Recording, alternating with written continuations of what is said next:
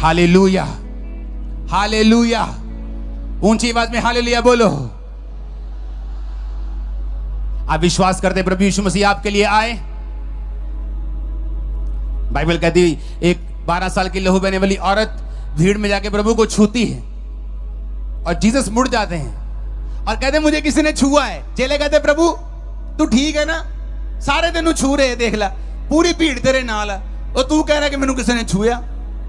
प्रभु कहता नहीं, मुझे किसी ने छुआ क्योंकि मुझ में से सामर्थ्य निकली है। कहता नहीं प्रभु सारी भीड़ तेरे साथ है, सब तुझे छू रहे हैं। प्रभु ने कहा नहीं, किसी ने विश्वास के साथ मुझे छुआ है। तो वो औरत डरती कांपती प्रभु के सामने आई और उसने कहा मैं एक अशुद्ध औरत हूं। जब औरतों के गुप्तांग से लहू बहने की बीमारी होती थी तो वो औरतें किसी को छू नहीं सकती थी। अगर छूती थी तो उन्हें पत्थर मार के मार दिया जाता था पुरानी व्यवस्था के अनुसार। तो वो डर रही थी कि अगर मैं अंगीकार कर लूंगी कि मैंने किसी यहूदी को अपनी अशुद्धता में छू लिया है तो लोग मुझे मार देंगे। तो वो डर रही थी, सामने नहीं आ रही थी। लेकिन जब उसने जीसस को छुआ तो बाइबल कहती जीसस ने कहा किसी ने मुझे छुआ है। जब उस औरत ने देखा कि जीसस तो मगर ही पै गए, यीशु तो मगर ही पै गए, मैनू किसी ने छुआ, मैनू किसी ने छुआ, सारे छू रहे, इन्हू किवें पता लगा मैनू छुआ। यीशु ने कहा किसी ने विश्वास के साथ मुझे छुआ है। वो औरत डरती और कांपती हुई बाइबल कहती है यीशु के सामने आई और सारी कहानी बताई। और यीशु ने कहा जा, तेरे विश्वास ने तुम्हें चंगा किया है, अपनी इस बीमारी से बची रहे, जा कुशल से चली जा। वहां हजारों लोग होंगे। बाइबल कहती शमौन कोढ़ी के घर में प्रभु गए, लेकिन ये कभी नहीं लिखा कि शमौन कोढ़ी ठीक हुआ। शमौन कोढ़ी रहा, शक करता रहा जे ये परमेश्वर है तो इन्हों नहीं पता ये वैश्या सी जेड़े दे पैर धो गई, जे ये रब है इन्हों नहीं पता लगा आ फलाना बंदा पापी है जेड़े कोल आके खा गया। यीशु ने कहा जब तुम बीमार होते हो तब डॉक्टर के पास जाते हो कि जब ठीक होते हो तब जाते हो? कि डॉक्टर मुझे कितना आया अभी बा डॉक्टर साहब फुल फैक्ट फाइनल उदा ही है 1000 रुपया देन तन होता है ऐसा? बोलो। जब तुम बीमार होते हो डॉक्टर के पास जाते हो। जीसस ने कहा मैं धर्मियों को बुलाने नहीं आया हूं, मैं पापियों को बुलाने आया हूं, छोटों को बुलाने आया हूं, कमजोरों को बुलाने आया हूं, तुच्छों को बुलाने आया हूं, गरीबों को बुलाने आया हूं, इनको बुलाने के लिए आया हूं। मेरी चर्च में कुछ साल पहले की बात है, मैं नाम नहीं लूंगा, तो ऐसे कुछ फेसबुक के लोग विवाद खड़ा कर देंगे। तो वो क्रिश्चियन नहीं था बंदा, वो कौन था मैं ये नहीं बताऊंगा। तो जब वो चर्च में अंदर एंटर करने लगा तो उससे दारू की बड़ी स्मेल आ रही थी। और एक होता है कि किसी ने 2-4 पैग लगाए हैं, दारू की स्मेल आ रही है, लेकिन बंदा ठीक ठाक है, कायम है, थोड़ा बहुत इधर उधर बोल रहा है, कुछ वैसे ठीक ठाक है, लेकिन वो चल भी नहीं पा रहा था। दारू पी हुई, पूरी दारू पी हुई, हट्टा कट्टा जवान, दाढ़ी, पूरा पंजाबी बंदा एंड फिट। तो मैंने अपने लोगों को बताया हुआ है कि यीशु मसीह धर्मियों के लिए नहीं आया भाई साहब। अगर तुम लोगों को यह कहते हो कि परमेश्वर के घर में जाओ साफ होके आइयो थे, अगर साफ होके ही जाना है, अगर हॉस्पिटल वाले बोले जदों आना चंगे होके आइयो, बीमार ना आइयो, अच्छा लगेगा? आप बोलोगे भाई साहब आप ठीक हो ना? डॉक्टर साहब मैं जब आऊंगा तो बीमार ही आऊंगा, ठीक हो गया क्यों आऊंगा? तो प्रभु का घर आत्मिक बीमारों के लिए है या चंगे भलों के लिए है? आत्मिक हॉस्पिटल तो आत्मिक बीमारों के लिए है। मेरे वॉलंटियर्स ने उसे पकड़ा, उससे कहा तू कौन है? उसे कहा मैं क्रिश्चियन नहीं हूं, मैं जो भी हूं। तो वो आ गया अंदर, मैंने कहा बिठाओ इसको, कोई बात नहीं। मीटिंग में बैठ गया, फुल दारू पी हुई, उसको अंदर बिठा दिया चर्च के। मैंने कहा चिंता मत कर, यीशु मसीह की जो नशा है ना वो इस दारू और चिट्टे से कहीं दिख बढ़ के है। जब वो नशा आएगा ये तोड़ देगा तेरा नशा और खत्म कर देगा तेरे नशे को। वो अंदर आके बैठा, परमेश्वर की आत्मा ने पहले हफ्ते उसे छुआ, पहले ही हफ्ते। सालों पुरानी दारू वो परिवार छोड़ गया, वो बंदा छोड़ गया, पूरा परिवार चर्च आने लगा, पूरे लोग चर्च आने लगे। और उन्हें मालूम हुआ कि यार सचमुच एक माँ होती है ना, वो कभी बच्चे को नहीं कहती जा साफ हो गया पहला, पड़ोसन कहती है। पड़ोसन बच्चे पे बड़ा प्यार लुटाती है, बड़ी किसी विसी करेगी बच्चे के, लेकिन जब बच्चे के पॉटी लगी होती, सुसु लगा होता है, बच्चा गंदा होता है, कहती चल चल माँ को जा अपने ना किया साफ हो गया। तब पड़ोसन गंदे बच्चे को पकड़ती नहीं, क्योंकि वो उस बच्चे की माँ नहीं है। लेकिन जो उस बच्चे की माँ होती है, जिसने अपने पेट में से उसे निकाला होता है, वो उसको गंदगी लगी होती तब भी सीने से लगाती है, साफ करती है, पाक करती है। तो जीसस आपकी असली माँ है और बाप है, इसलिए वो आपको छोड़ता नहीं और त्यागता नहीं। वो आपको गंदे को पकड़ता है, पापी को पकड़ता है, बलात्कारियों को पकड़ता है, नशेड़ियों को पकड़ता है, उन्हें साफ करता है, अपने पास बुलाता है, साफ करके खड़ा करता है। और फिर पड़ोसी कहते हैं आ जावी तू बहुत अच्छा है, हालेलुया। तो मालूम होता है जीसस मेरा असली बाप है, उसने मुझे साफ किया है, रिजेक्ट नहीं किया। उसने ये नहीं कहा नहीं तू मेरा विरोधी था, तू पापी है, तू नशेड़ी है। जिस दिन मैंने चर्च देखा था, नशा करके देखा था, नशा करके मैंने मिला था, नशा करके देखा था, वापसी पर भी नशा करके ही आया था, लेकिन परमेश्वर ने मुझे रिजेक्ट नहीं किया। आत्मिक हॉस्पिटल आत्मिक बीमारों के लिए है, प्रभु के घर पापियों के लिए है। जब आप चर्च में आते हैं इसीलिए आपको मारा पीटा नहीं जाता, आपको इनवाइट किया जाता है। हम आपकी कमजोरियों को जानते हैं, जीसस आपकी कमजोरियों को जानते हैं, वो आपको माफ करेंगे, साफ करेंगे, पाक करेंगे, ताकि आप फिर से उस गंदगी की तरफ ना जा सकें, आप फिर से उस पाप की तरफ ना जा सकें, परमेश्वर में आप खड़े हो सकें, अपनी लाइफ को बेहतर बना सकें।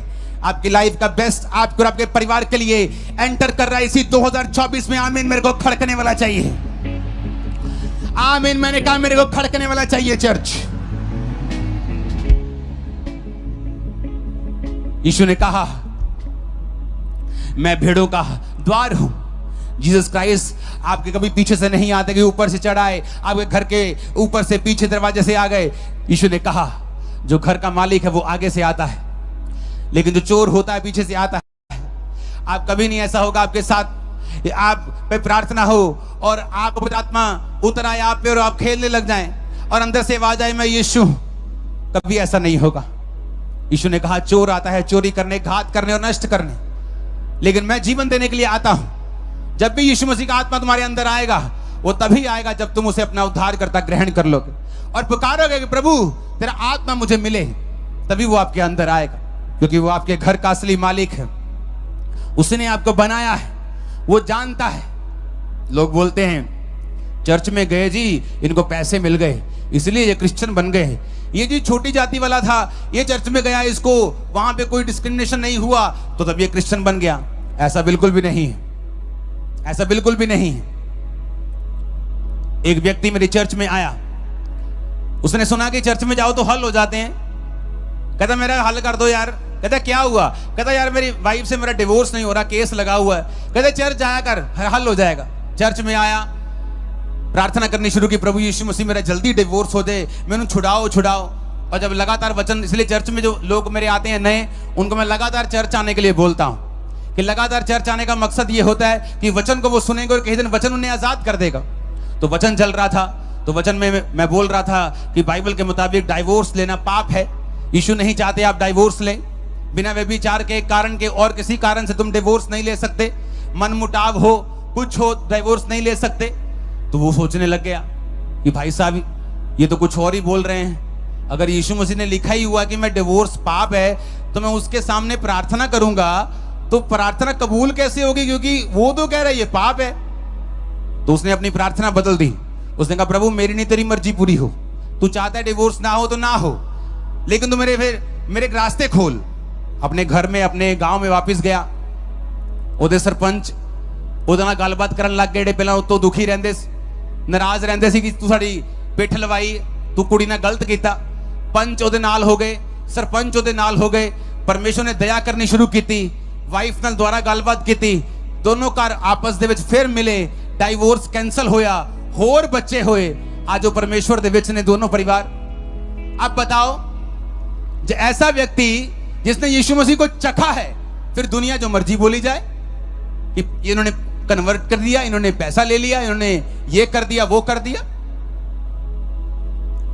जो चर्च में बना रहा हूं 2017 से बना रहा हूं, अगर पैसा कन्वर्ट करने के लिए मेरे पास होता तो पहले मैं चर्च जल्दी बना लेता, टाइम ना लगाता, क्योंकि जैसे जैसे फंड आता है वैसे वैसे चर्च बनती।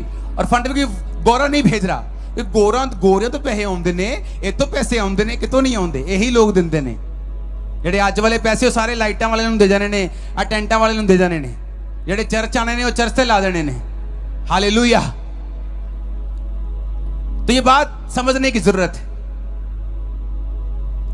एक परिवार जब चर्च में आता है, कहते चर्च में आने से क्या हो जाता है, मैं समझाता हूं फिर क्या हो जाता है कि एक जब हस्बैंड वाइफ चर्च में आते हैं तो जब उनको समझाया जाता है कि भाई साहब इब्रानी भाषा में बाइबल लिखी गई है, उसमें कोई सास ससुर नाम का जिक्र नहीं है।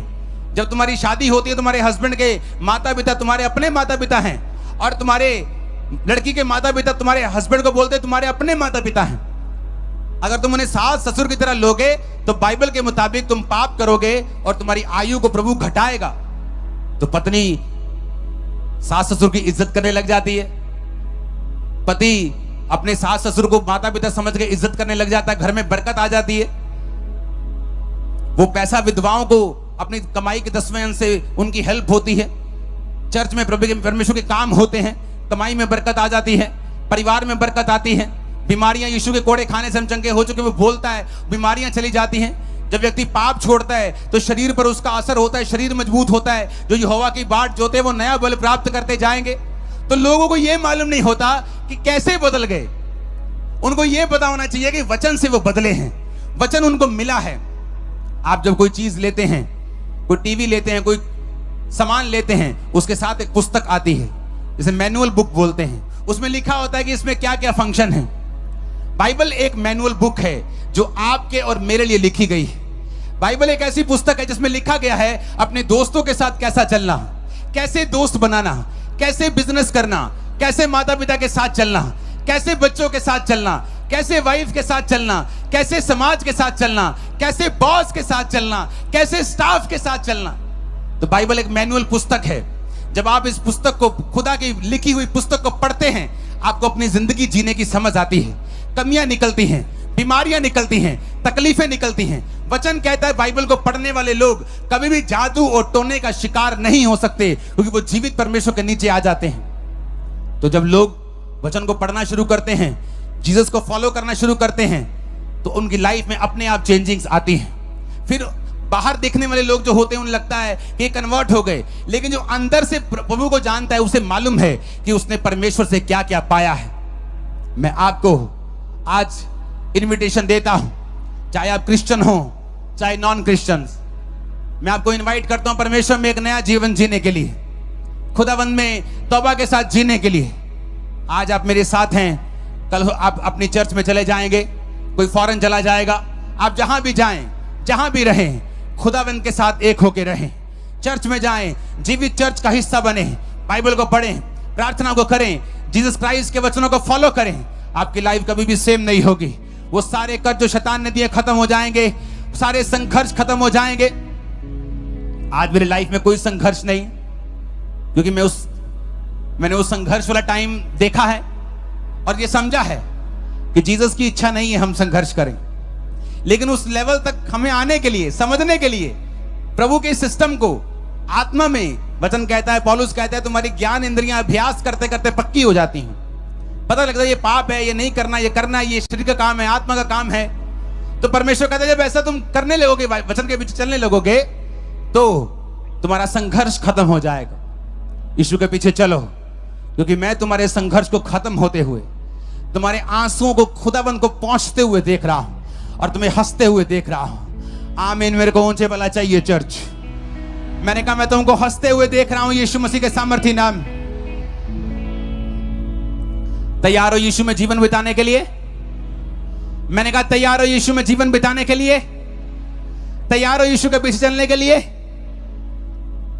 चाहे तुम क्रिश्चियन परिवार से जन्मे हो चाहे नहीं जन्मे, यीशु जीवन है, मार्ग है, सच्चाई है, ये वचन में लिखा है।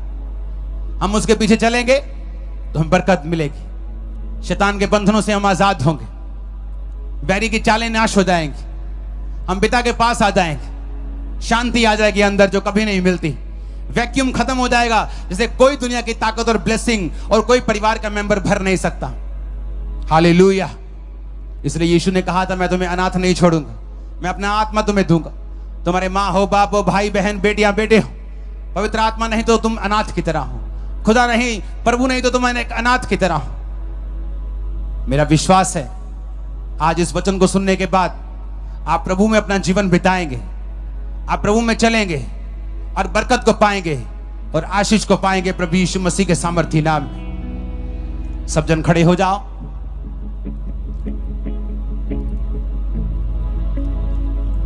एक साल्वेशन के सॉन्ग को हम गाएंगे।